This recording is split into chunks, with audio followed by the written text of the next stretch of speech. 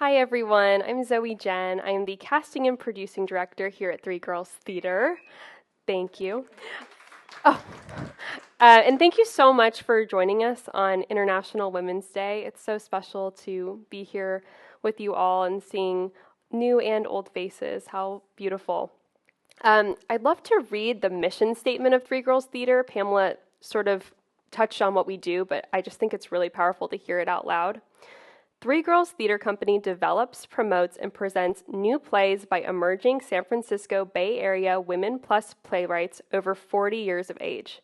Founded in 2011 to challenge gender bias within theater, we provide dedicated support to a cohort that is multiracial, multi-generational, and includes cis and trans women, gender nonconforming artists, and trans men. Back in 2011, AJ Baker, Suze Allen, and Lee Brady, our original three girls, identified the need to create a company dedicated to empowering women plus playwrights over 40 years of age. And now here we are at our 10th New Works Festival. And it's such a special journey that we've been on. I am so thrilled to be joined by three fabulous playwrights in the 3GT cohort, all of whom have a show that is part of our New Works Festival. Kristy Lin Billuni, whose eco-homoerotic musical The Trees is tomorrow at 2 p.m. Elaine Magree, whose beautiful play AC/DC is on Saturday, March 15th at 7. And Victoria Erville, whose hilarious play Tellin' Tales and Rolling Eyes is closing out our festival on Sunday, March 16th at 2 p.m. Do not miss any of these. I would love to turn it over to each of our panelists to just sort of introduce yourself and tell us maybe a little bit about your background or your journey into playwriting. Don't all speak at once. First, thank you, Kristen. My name is Kristy Lin Billuni. I am a writing teacher and a playwright. I have been in business here in the Bay Area as a writing teacher for more than 20 years. You said background playwriting, so I was a theater kid for sure in my childhood and through my teen years, but I guess sort of got a little more serious in college and didn't stick with it and did other things and really did not come back to the theater until I was a woman in my prime, until I was well into my 40s. And so it has been a journey for me of finding the genre that I really wanted to work in, and this is it. So, yeah, I'll leave it at that.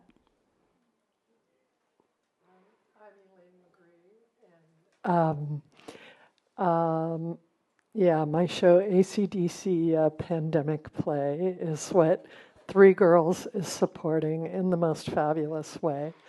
I did theater.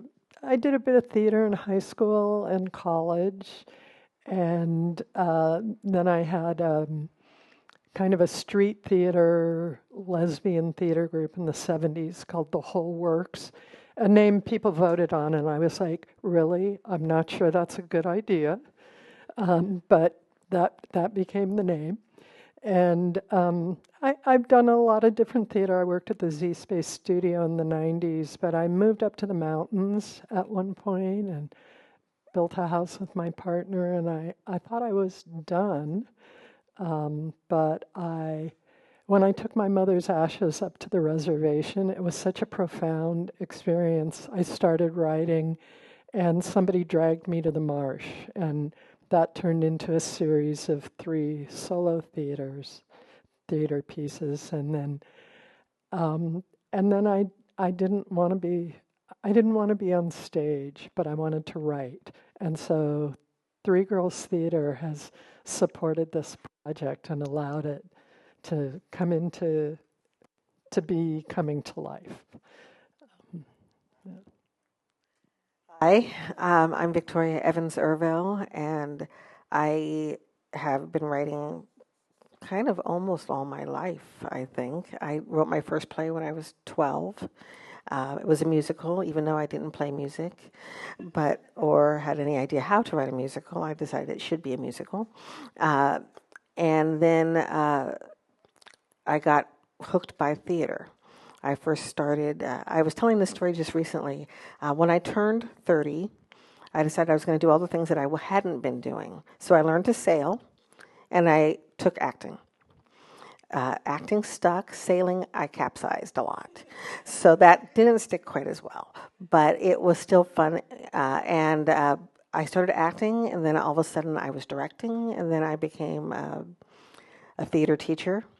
And I was teaching Shakespeare with SF Shakespeare for a while. And then I became an artistic director, and things started just rolling along. But what I wasn't doing was I wasn't writing, which was my first passion. And my mom got sick, and it's interesting how moms have a way of like knowing what you're supposed to be doing, because she kept saying, "Why aren't you writing?"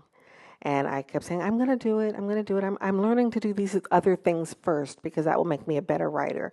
And that is true. My character development and a lot of my writing skills came because I had acted on a stage. I had directed. I had produced. So I knew, keep your cast size small. It costs a lot to put people on a stage. Make sure your characters have objectives and those kinds of things. And eventually, I was eavesdropping, which writers do, and I heard a conversation between some people, and I thought a play came to mind. And the next thing I knew, I had written a play, and I submitted it to 3 girls. And I have just been honored to be a part of this organization ever since, because they have made dreams come true. They have given opportunities to women who may not ever. I mean, it's such a crapshoot to get a play produced, and especially now when times are so fraught by finance and grants are so hard to get. It's very rare for somebody to take a chance on an unknown writer, and even rarer for that writer to be female or for that writer to be a person of color. So 3 Girls has been my lifeline to the theater, has given me the opportunity to have a voice and to share that voice, hopefully, with other people. So that's me. That's beautiful. Thank you all for sharing and for being here. A round of applause for our beautiful panelists. You had started to touch on your experience being an emerging playwright over 40. I'm curious if anyone else has any thoughts on what that's been like.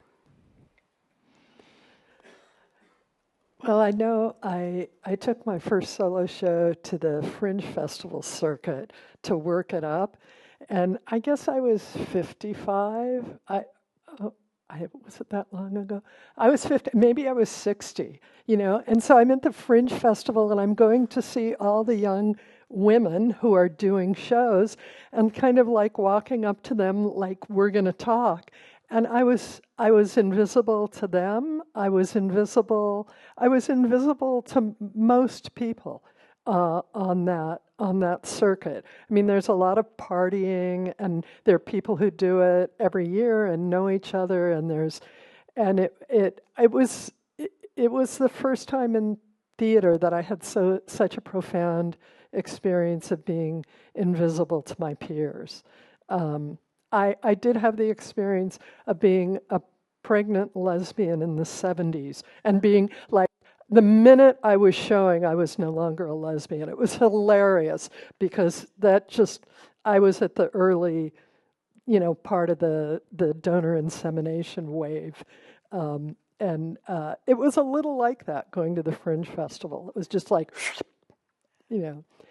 But people were also very good-hearted, and there were a lot of really great things about it. But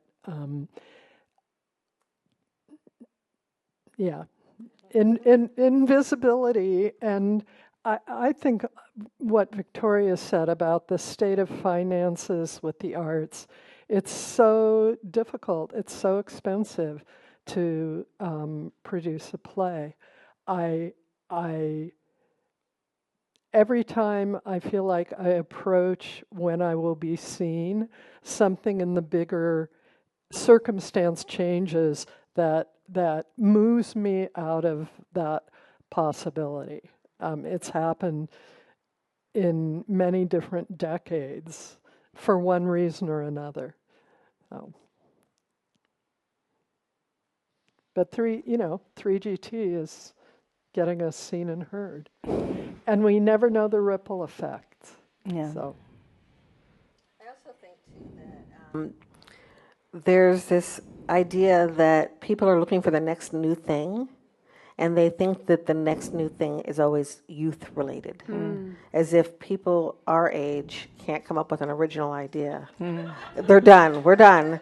We no longer think in the future because it's just this is it. We're on. It's all downhill from here, right? And so they assume that creativity is youth. And they don't realize that we have these stories to tell because we've lived. We actually have lived these lives as opposed to watching them somewhere else or TikToking them through on a screen. We actually really did have to, budget. We did have kids. We did put them through school. We did have lives and loves and heartbreaks. And those aren't things that were just made up, but we actually experienced them. And our experience itself should be so valuable. And yet, it isn't. And I don't know if it isn't because we're so obsessed with youth or if it isn't because we're women. But the combination of the two things is why it's so important to support women in the arts. Plug. Yeah. I found Three Girls almost right away when I started writing for the theater, and so I think in some ways I've been really privileged in that. I haven't necessarily banged into those closed doors that I hear about in playwriting for women because of finding Three Girls so sort of quickly in my process, and but it does make me think about the way in which coming into the theater world for me has been an open door for knowing a wider range, a more diverse range of ages in my life. So I have more young people around me because of the theater than the trajectory I was on before I stepped into working in the theater world, and that has been such a pleasure and has been so enriching to my life to be making theater with not just age diversity, but a diverse community here in the Bay Area in general that I think I would not have known had I not stepped into theater. Yeah. Yeah. Well, we're so glad that all of you found us and ended up in our cohort. Our theme for the New Works Festival this year is Seen and Heard. So I'm curious, what do you think being seen and heard means? How would the world look if women over 40 were truly seen and heard? Are we all smiling in really dreamy ways? Well, I remember a quote from Bernadette Devlin, who's in Ireland, was part of the movement for Irish independence, and she, I mean, this is a weird tangent, but she said, the reason why there's kind of a stereotype about women being more peaceful is because of the kind of work and lives that most women have. If you raise children, you spend a lot of time doing conflict resolution. And so your perspective on how to be in the world can inherently have a built-in range of experience about conflict resolution and connection that comes from what's seen as traditional women's work and the raising of children. I know that's kind of a weird tangent, but it maybe more speaks to some of what you were saying about what older women can bring. Yeah. I just think of an idea that I've laughed a lot with a lot of my friends in the last 10 years or so about, like, if you want to get something done, hand it to a bunch of menopausal women and it'll get done. And I have seen that, and I've seen evidence of that at Three Girls events, and I have seen evidence of that in my life in general. And so, I don't know, I think of that as well. That's yeah, really I funny. agree. I mean, this idea that for the most part, women are always themselves with the addition of a title: mom, or wife, sister, daughter, caregiver, nurturer, and very rarely do we just stand as ourselves. Because we're always viewed through the lens of the person that we're caring for, in many ways, and because we do that, we tend to be the foundation of almost everything, right? As a black woman, I mean, we save this party or that party, and we vote and we do these various things, but we can't get freaking elected. So, and why is that? It's because we can be seen in the background, heard for our support, but we cannot be seen and heard as leaders, as the people who bring the change as opposed to support the change. And that is something that we need to, I think, work on. Maybe we have to have one of those days where women don't do shit. Yeah. It's like, I think my husband and my son would starve. Because he's like, what's to eat? Go in the kitchen. Look, but it's just that idea that we always, they can count on us, that we're not going to let someone hurt just to be mean or just to say, well, I'm not going to give you my time. We're not vindictive just to be vindictive. We try, as a gender, to make the world a better place, because we want that place to be better for the people around us. But we don't necessarily get that care in reverse.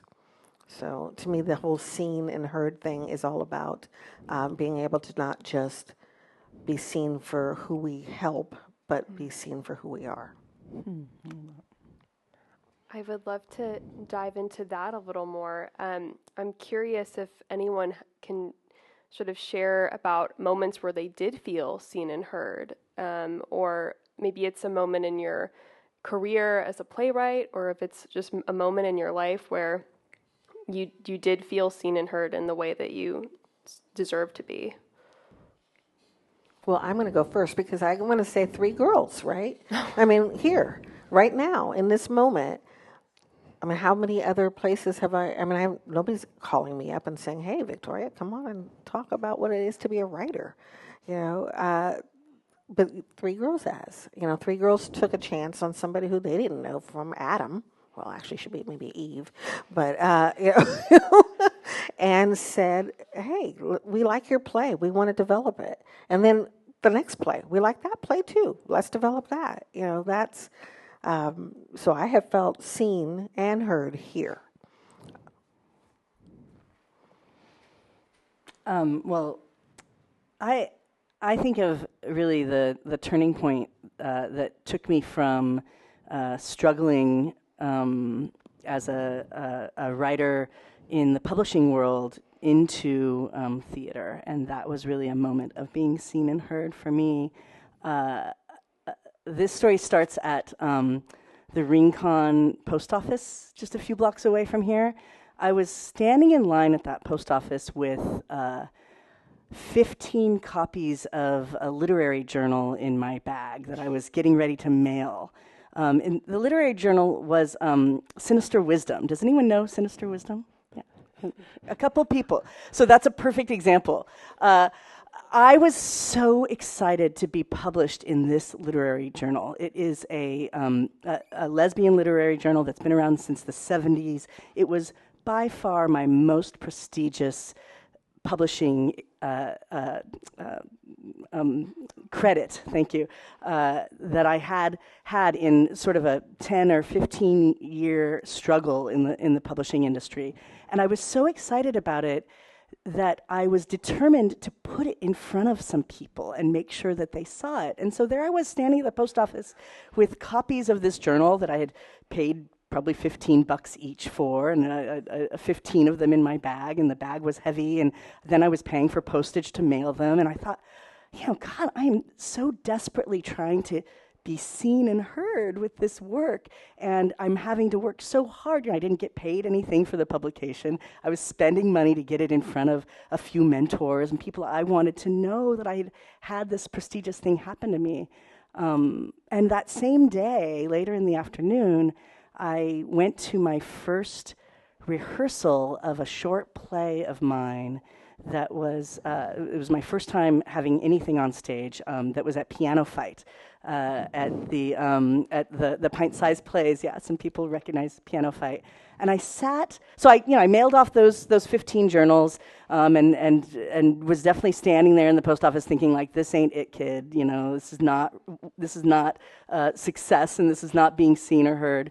And I got to Piano Fight, and during my rehearsal, there were a couple of drag performers who were rehearsing on the other stage, and then they came and sat down just in my periphery, and they were just taking a break, but they were listening to the rehearsal of my short play in the bar, and they responded just a little, like they laughed at a joke, or clapped or snapped or something at something that happened. And I was so moved. I was like, this was the opposite of what had just happened to me at the post office. Like someone, even two people during rehearsal in a closed bar, responded to my work, and I had never had that experience before. And that was when I was hooked for theater from that moment. And what's fun about that play and Three Girls is that my director of that play was Zach Kopsiak. And on closing night of that run, my first thing I ever had, he invited me to apply for the Brady Fellowship, which I did right away and didn't get in, and then got into Les Wrights the next year. And so it was really a path to Three Girls as well. What a special story. Thanks. You can't see it, but I have chills. I have goosebumps. It makes such a difference. Yeah, to be seen and heard. Yeah. There have been a lot of moments. I mean, definitely it's redundant, but being with Three Girls Theater is massive.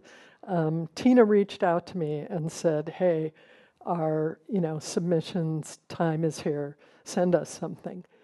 And I don't even remember if, I guess I had, I guess it was started. It was a pretty early version.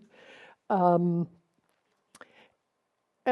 I think, way back, I did a piece with another person about a lesbian relationship and how, this was in the 70s, how lesbian oppression, we could take it home with us and take it out on each other. One of us was really out and the other one was totally closeted. And we had this fight.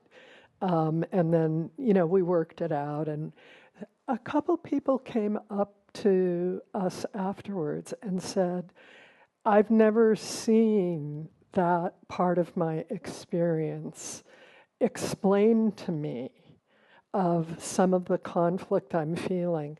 And it was different people whose identity they were out or not out about. It wasn't just about being queer. There were other people who came up to us.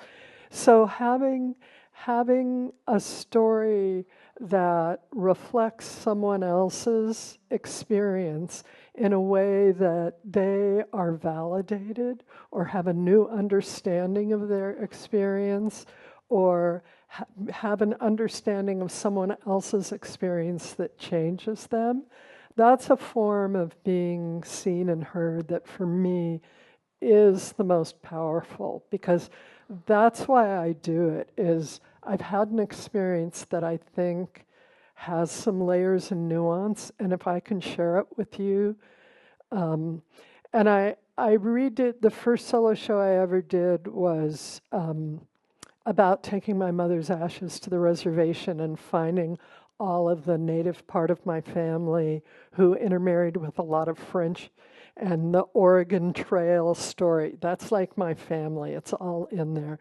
And the complexity.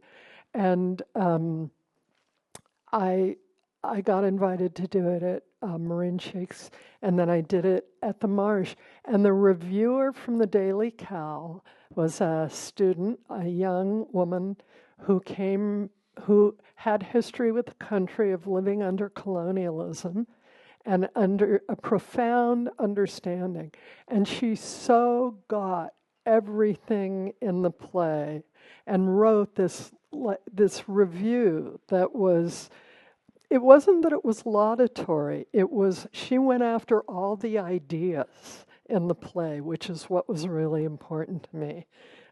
So that was another really feeling like the meaning is connecting for people. That's, for me, the most important way to be seen and heard. And it doesn't necessarily align with how big your audience is or how much money you make, which is, it's frustrating. It's hard to juggle those pieces. I think that's such a great point.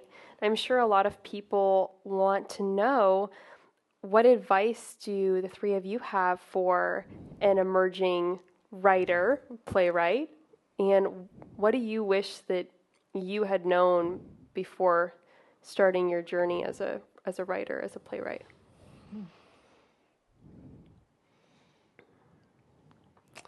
I would say play the long game. It's not a quick. Writing is a life journey.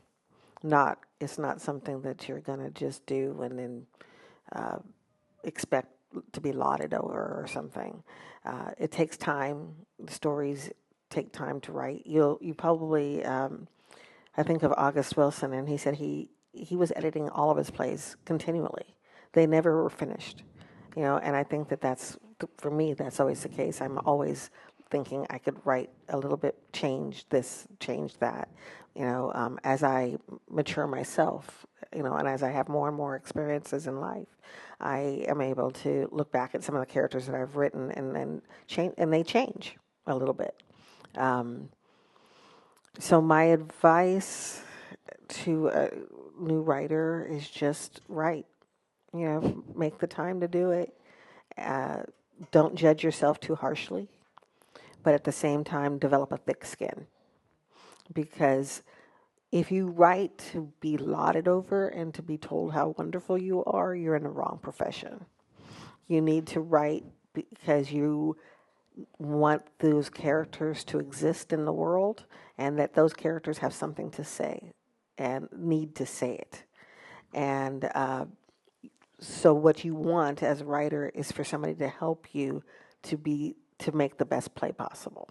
Not to make you the best writer, but to make the best play. And that sometimes can be a little painful at times, but it will just make your play a little bit stronger as you keep moving through. And assume that you will have 15 versions, 20 versions of the same play, and that you'll constantly be changing your play. And then what I wish somebody had told me was exactly that. That it takes some time, and that and learn more. And also, I would say, learn about the theater. Don't just be a writer, but go to plays, see other plays, think about how it is take an acting class, learn to direct, get a sense of how people need to move on stage, because I've been in workshops before where writers would have these ideas of huge eggs coming from the sky with the character in it. And I'm like, who is going to produce that? I mean, I don't want to be a naysayer, but come on. So I would suggest that you learn everything you can about the theater as well. And it's not enough to just be a writer. You have to know the theater. Well, in the play that Three Girls is doing of mine, AC/DC, a pandemic play, I have them stand up paddleboarding in the Mediterranean. So my person told me, write whatever it is, and the director is going to figure out how to do it. But I agree that be an actor, take an acting class, learn about the theater is a really great thing for a writer. I'm passing to you. I mean, you're both making me think about, and what has been a big lesson for me in theater is the importance of community. I think if you do come to writing from the perspective of I am a writer, then you're probably really comfortable with the solitude of writing. And there's this other piece of writing that is so important, and that is being in community. And I find that at Three Girls, I find that uniquely a requirement for writers in theater, or at least it happens faster for you as a writer in theater, that you realize, oh, I can't do this by myself. I am going to need other people. I'm going to need other theater professionals. And yes, getting out to the theater, being in community with audiences, being in community with other kinds of theater makers, trying out other roles, I think is all a part of that. How can I bring my writer self into community? I think that is easily overlooked for new writers, and would be the first thing that I would encourage folks. And when I meet a lot of emerging writers in my day job as a writing teacher, and there is sometimes a real hesitancy to expose ourselves as writers to the work that we are going to be shelved with or on stage with. This sort of like, I just want to focus on my own work, but we really do need to be engaging with our peers and seeing what work is happening to the right and left of us as artists in general, and not creating in a silo. I think all of that is really important. I love that. That makes me think of, I have a friend who's a writer, and the best advice that she gave me, and it's sort of like life advice, but especially if you're in this industry, is to actually shoot for rejection. Yes. She was a writer, and she told me that she had a goal for herself a few years ago to get, like, it was something crazy, like 200 rejections. She submitted to 200 publications that year, and the only goal was to just get a rejection letter. And I'm sure she met her goal, but she also, from that, was ended up getting seen and making connections. And it was like a really beautiful way to look at that. So I think of that all the time. Yeah. I would also say, when I was a new writer, use page numbers from the very beginning, and figure out how you're going to name your versions from the very beginning. That's great. That's very practical advice. I do that too. The collecting of rejections, I think, is super powerful. So yeah. It changes your mindset a lot. Only real writers get rejected. Yes, that's true. Seeing that it's International Women's Day, I would love if we could share something that we're proud of, something that we're proud of that we've accomplished. I think it's so important to celebrate ourselves and to celebrate our successes and to sort of lead with that everywhere. Should I go first? Yes. Mm-hmm. I mean, I can only think of my musical that you're going to see tomorrow. I am so proud of the trees. I have been working on the trees. I first published a short poem that is kind of still my North Star for it in 2017. So I've been working on it since then, or a little before that. And there have been many iterations.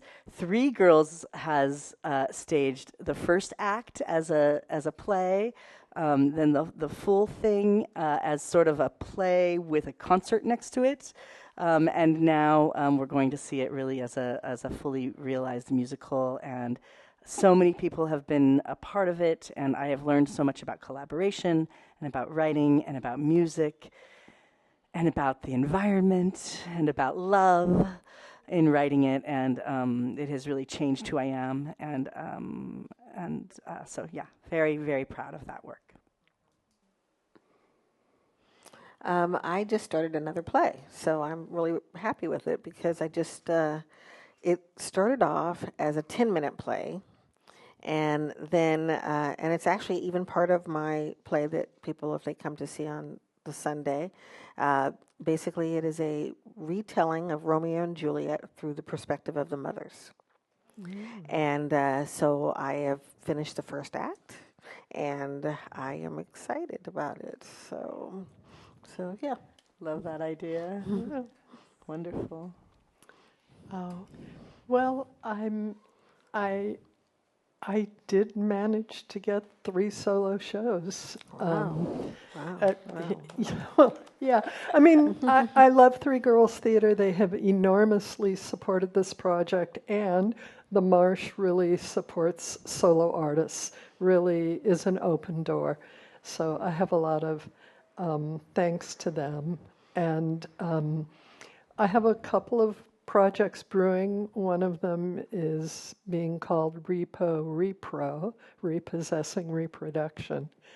And I'm excited about that. But really in my heart is, right now, is still AC/DC, the pandemic play, which is kind of a love letter to the people who worked in the hospitals during the pandemic. Also, the 7-week trip that I was going to take to Europe starting on March 16th of 2020. And then I had a grandbaby born in a crash C-section in April of 2020. So it's those 3 stories, and I'm so happy that I could give so much love to people who are working in healthcare and the people we were working with. And there's a lot of imagery in it about things being broken and put back together. And that's just dear to my heart right now in this time. Yeah. I would love to give each of you the chance to sort of talk about your play that's in our festival, maybe why you wrote it, the title and the date. And if you forget your date, I have them written down. Well, I just did that pitch. That's the play that's in the festival, and it's Saturday night, the 15th. A week from tonight. Yep. Awesome. Right here. In this space. Say that In this again. space. Yes. My play is Rolling Eyes and Telling Tales, and it's about the inside workings of a theater company, specifically the gatekeepers, people who choose what plays are produced. It also delves into the idea of what is Black theater, and what stories do Black writers get to tell, and who decides that. There's this idea that if you're Black, sometimes you should be writing about slavery or issues surrounding trauma, but where are our love stories? Where are our comedies? Because we love and laugh just like everybody else, and we have some of the same struggles that everybody else has, and when does it mean that we're not a Black writer? Does that mean we're not a Black writer? And so it's also laced with a lot of comedy as well. There's well, I won't tell you. You have to come and see it. But it is. But that is the basic outline of the play. It's about what happens when a older artistic director chooses her plays, and she has to invite some Black playwrights to help pick those plays because she's been accused of basically not opening up her theater to other groups. And how do they pick those plays? And I will tell you one little snippet of it is that they argue about Black History Month. Because if you're a Black writer, you know that Black History Month is the time that everybody gets, yeah, right. And so that, and the artistic director basically tells them that they're not Black enough because they're not dead. Because most of the time it is like August Wilson. Yeah, so come see. And that is Sunday the 16th at 2 p.m. right here. Yes, closing night or afternoon. It's so good. I love that play. Okay. Yeah. The Trees is an eco-homoerotic musical about the famous camping trip that John Muir and Teddy Roosevelt took to Yosemite in 1903 that is known for being the weekend or the trip that galvanized our national park system. So it's suddenly, again, so relevant to be talking about the value of our national parks. And it's been interesting for that to be happening right now. The musical is 80 minutes. It's 14 songs. It is a wonderful fantasia and a gay romp, and really a celebration of the relationship that could be between humanity and the rest of nature. And I hope you'll come and see it tomorrow at 2:00. And all of these plays are so beautiful, they're so timely, and we're so excited to be putting them on. Before we open up to the audience, I would like to ask, how can we keep up with you? How can we get in touch with you? How can we follow you? Don't. I am not good with that stuff, so I should also say that if you become a writer, you should realize it's also a business and that you should know the business part because I am not very good at that part. So you just have to maybe Google me and something will come up.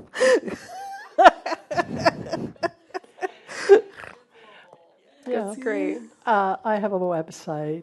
If you have my name, you can find it. I want to say one other thing. Most times with Three Girls Theater, most of the meetings I'm in, we also say our pronouns. Mine are she, they, and it. And we've been talking a lot about women and kind of implication, cis women. And I just want to remind everybody that the umbrella at Three Girls Theater is larger and is very inclusive. And so I'm going off script a little just to let people know the umbrella is pretty big. Thank you so much for that reminder. We at Three Girls use Women Plus. We affectionately call it Women Plus writers, which includes cis, trans women, and gender nonconforming artists as well, and trans men. Thank you. And Kristy, how can we keep up with you? You can find the treesthemusical.com is a thing. That's a website. Treesthemusical.com. And on most social, my business as a writing teacher is the Sexy Grammarian. So you can find me on all over the internet as the Sexy Grammarian. Yeah. Awesome. Well, thank you all so much for being here, for being part of this conversation, and for helping put Women Plus's work on stage where it belongs and being a part of our New Works Festival.